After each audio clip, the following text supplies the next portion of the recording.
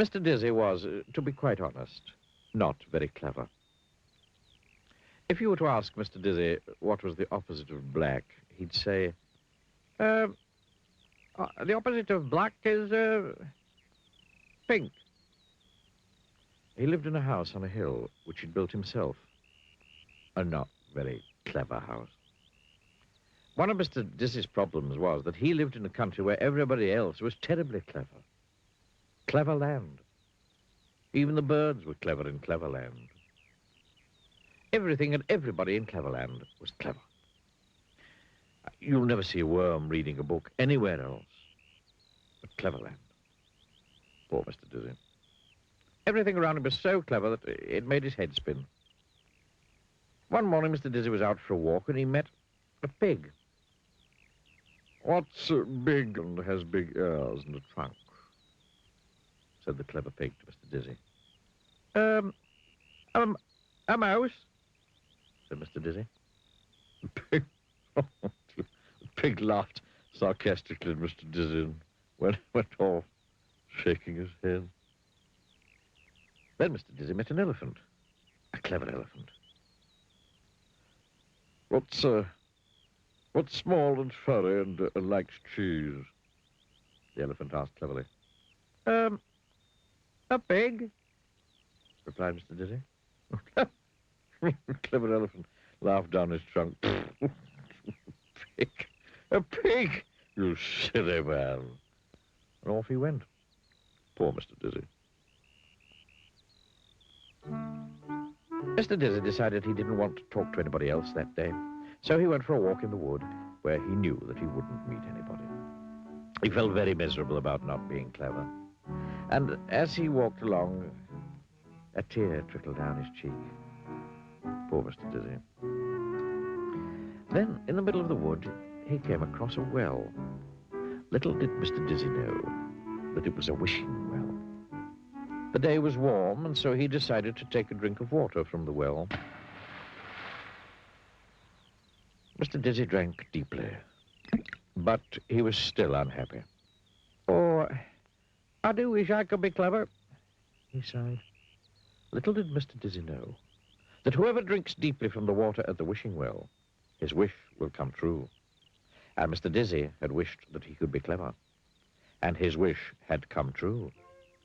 He was clever, but he didn't know it. Not yet. On the way home, Mr. Dizzy came across the elephant and the pig he had met earlier. They were telling each other about how they'd made Mr. Dizzy look silly by asking him a question he couldn't answer. They were giggling and sniggering about it when they saw Mr. Dizzy approaching from the wood. "Oh, here he comes again," giggled the clever pig. "Oh, let's ask him another question," sniggered the clever elephant. Mr. Dizzy came up to them. "Tell us," said the clever pig, trying to keep a straight face, what's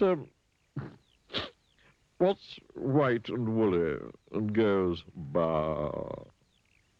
"Why, a sheep, of course," replied Mr. Dizzy.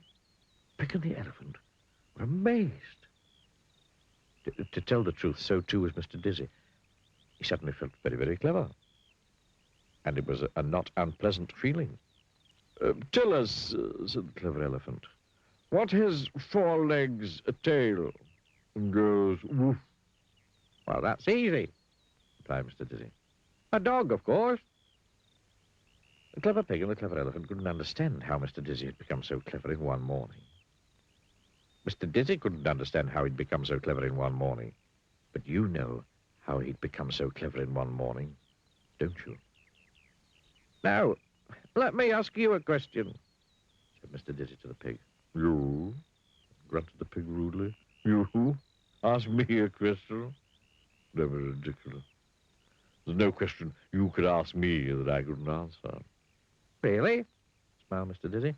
"Well then, can you tell me what's fat and pink and goes a tissue, a tissue?" "What's fat and pink and goes tissue, tissue?" repeated the pig, looking worried. There's nothing that's fat and pink and goes tissue, tissue." "Nothing, eh?" said Mr. Dizzy. And he tickled the pig's nose. Tissue, tissue, sneezed the pig. The answer is you, said Mr. Dizzy.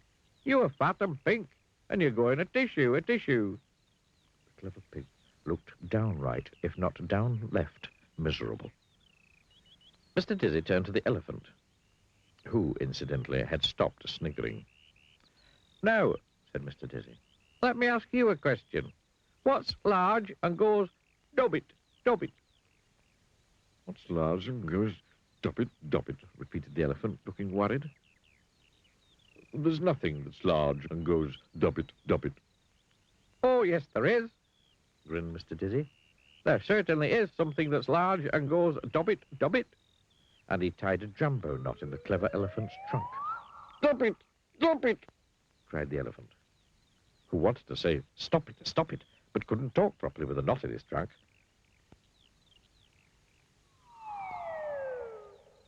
Mr. Dizzy grinned and went home. Hee.